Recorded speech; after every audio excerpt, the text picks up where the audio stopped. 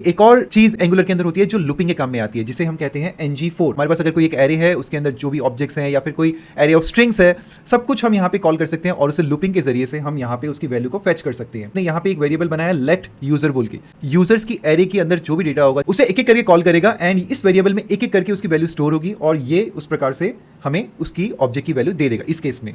और इसी सेम चीज को हम लोग @4 से भी अचीव कर सकते हैं। @4 अगर आप यूज करते हो तो ये ट्रैक देना जरूरी है। यहाँ पे भी ट्रैक बाय का ऑप्शन होता है, लेकिन यहाँ पे ऑप्शनल है, लेकिन हमारी जो ये नया सिंटेक्स है उसमें ये मैंडेटरी है। यहाँ पे आपको कोई लेट सिंटेक्स देने की जरूरत नहीं है, डायरेक्टली आप यूजर ऑफ यूजर्स लिख सकते हो या कोई भी नाम दे सकते हो यहाँ यूजर की जगह। और ट्रैक किस तरीके से आप ट्रैक करना चाहते हो, आप ट्रैक करना चाहते हो उसकी इंडेक्स पे, तो आप इंडेक्स देने के लिए इसकी जगह $इंडेक्स लिख सकते हो, या फिर आपको आईडी से ट्रैक करना है तो यूजर के अंदर अगर कुछ आईडी मतलब कोई भी एक वेरिएबल है तो आप उसके द्वारा भी ट्रैक कर सकते हो। अगर यूजर की लेंथ 0 है तो यहाँ पे मैं कुछ पास कर रहा हूँ, लेकिन यही सेम चीज मैं यहाँ पे @empty से कर सकता हूँ। तो ये दोनों में डिफरेंस है, हालांकि आप दोनों में से कुछ भी यूज कर सकते हो और इन सब के आउटपुट भी सेम रहते हैं।